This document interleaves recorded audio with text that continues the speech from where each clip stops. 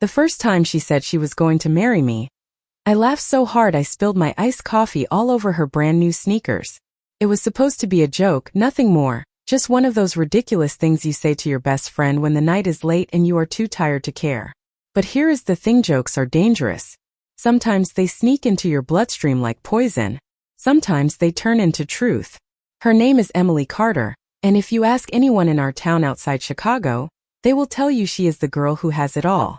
Beauty that makes strangers stare, ambition sharp enough to cut glass, and a laugh that feels like it could heal broken bones. But to me, Emily has always been just Emily, the girl who stole my hoodie in high school and never gave it back. The girl who knew all my secrets before I had the courage to whisper them aloud. We met when I was 14, stumbling through the halls of a public high school. I hated with every fiber of my being. I was awkward, invisible, and more in love with books than people. Emily was the opposite. She lit up the hallways like a fire nobody could put out. She chose me out of everyone, and that decision changed the rest of my life. Fast forward 10 years and we were still inseparable. Our friendship had survived college, breakups, lost jobs, and all the messy things in between. People joked we were basically a married couple already. Emily leaned into that joke like it was her favorite party trick. She would slide her arm around my shoulders in front of strangers, introduce me as her future wife, and wink like she knew something I didn't. And me? I laughed every single time. Because it wasn't real. It couldn't be real. She liked men, or at least that's what I told myself. And me?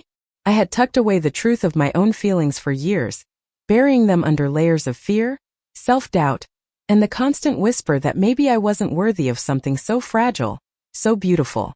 But then one night in Brooklyn everything shifted. It was late autumn, and the air smelled like rain and roasted chestnuts from a vendor on the corner. We had been drinking cheap wine in her apartment, sprawled across her couch, our legs tangled together like it was the most natural thing in the world. She was rambling about some guy she had dated, her voice light and careless, but then she turned to me with those serious blue eyes. "You know I could marry you, right?" she said. I choked on my drink. "What?" Her grin was wicked, but her voice was steady. "I mean it. You're the only one who actually gets me. You make me laugh when I want to cry. You stick around when I'm at my worst. Isn't that what marriage is supposed to be?" I tried to laugh it off again, but something in her expression rooted me to the spot. It wasn't a joke anymore.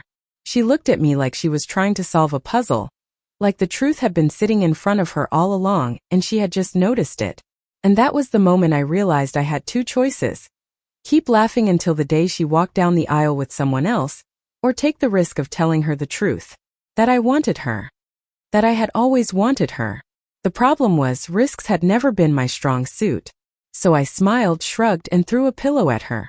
"You're insane," I said, pretending my heart wasn't pounding so hard it hurt. She laughed like she always did, but her eyes lingered on mine for just a second too long.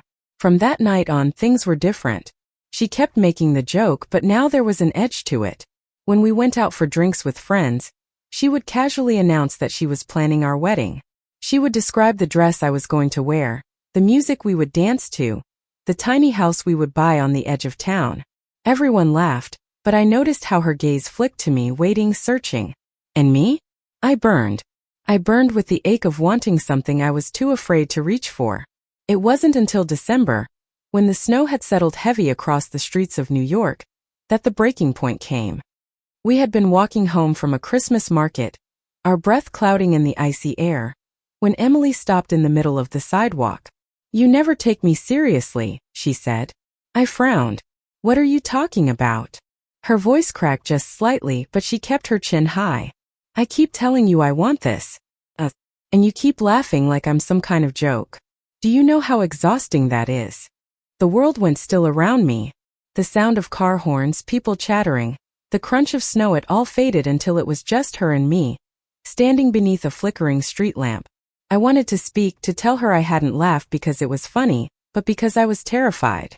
Terrified of losing her, of ruining the only good thing in my life. But the words stuck in my throat, too heavy to climb out. She shook her head and walked away, her boots leaving sharp prints in the snow. And for the first time in 10 years I let her go. That night, I lay awake replaying everything. Every smile, every touch, every stupid future wife joke that had been more truth than either of us wanted to admit. And for the first time I asked myself what would hurt more. The risk of telling her or the regret of staying silent. The answer was simple. I couldn't lose her. Not like this. I showed up at her apartment the next morning, breathless from running through the freezing wind. My hands were shaking as I knocked, half from the cold and half from the thought that she might not even open the door. But when it swung open, she was there, hair messy, wearing my hoodie from years ago, her eyes swollen like she hadn't slept. "Emily," I whispered. She didn't say a word. She just crossed her arms like she was holding herself together and waited. And suddenly the floodgates opened. I laughed because I was scared. I said, my voice breaking. Because the idea of you and Mephit being real was so big I didn't know how to carry it. But I swear to God it was never a joke to me. Not once. Her breath hitched, but her expression didn't change. "I love you," I said louder this time. The words felt like stepping off a cliff, but there was relief in the freefall. "I have loved you for years. And if you're serious, if you really meant it, I'll marry you tomorrow. I'll marry you in the snow, in the street, in a goddamn gas station if that's what it takes. Just please don't walk away from me." For a moment, silence stretched between us, unbearable. Then slowly her arms dropped. Her eyes softened. "You're such an idiot," she whispered. But there was a tremor in her voice, and tears slipping down her cheeks. And then she pulled me into her arms, and it was like the world finally exhaled. The weeks after that were messy, terrifying, and beautiful all at once. We stumbled through the awkward shift from best friends to something more, but it was like learning a dance we already knew by heart. Suddenly, the little things carried weight, the way her hand lingered on mine when we passed the salt, the way she leaned into me when we watched late-night movies, the way her lips brushed my temple when she thought I was asleep. Not everyone took it well. Some friends laughed, assuming it was another layer of the old joke. My parents were confused, hesitant, afraid for me. Emily's father didn't speak to her for weeks. But through it all, she held my hand like a lifeline. "This is us," she told me one night as we sat on the fire escape, watching the city glitter below. "And I'm not going to apologize for it. Not to anyone." I believed her. For the first time in my life, I believed I deserved this, deserved her. By spring, she had actually started planning. Not in the casual, teasing way she used to, but with lists and Pinterest boards and a folder labeled, "Our Wedding." I laughed when I saw it, but this time it wasn't the laugh of denial. It was joy, pure and unstoppable. She wanted something small, intimate. Just us, our closest friends, a garden in full bloom, music that made us cry. And as she showed me pictures of lace dresses and tiny cakes, I realized how serious she had always been. That this wasn't a dream she had suddenly invented, it was a future she had been quietly building in her heart for years. "Do you ever regret it?" I asked her one night as we lay tangled in bed, the city humming softly outside. Her answer was immediate. "Only that I didn't tell you sooner."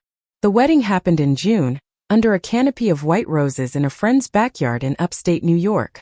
The air was heavy with the scent of summer, and the sky stretched wide and endless above us. I wore a simple dress Emily had chosen, and she wore a suit that made my heart stutter when I saw her waiting at the altar. When I walked down the aisle, everyone else disappeared. It was only her. Only Emily with her bright, fierce eyes and the smile she tried to hold back but couldn't. The vows were clumsy, too full of laughter and tears to sound rehearsed, but maybe that was perfect. Because our story had never been polished or planned. It had been messy, unpredictable, full of jokes that turned into truths. "I used to joke about marrying you," she said, her voice breaking as she held my hands. "But I think I always knew it wasn't a joke. You've been my home since we were 14. And I don't ever want to know a world where you aren't." There wasn't a dry eye in the garden when she kissed me, and for the first time in years I didn't feel like I was falling off a cliff. I felt like I was landing. Sometimes late at night we still laugh about it. About how it all began with a spilled coffee and a joke too sharp to ignore. But then she'll brush her lips against mine and whisper, "I told you I was serious." And I'll smile because she was right. She always was. Thank you for listening. Like and subscribe to get notifications about next videos.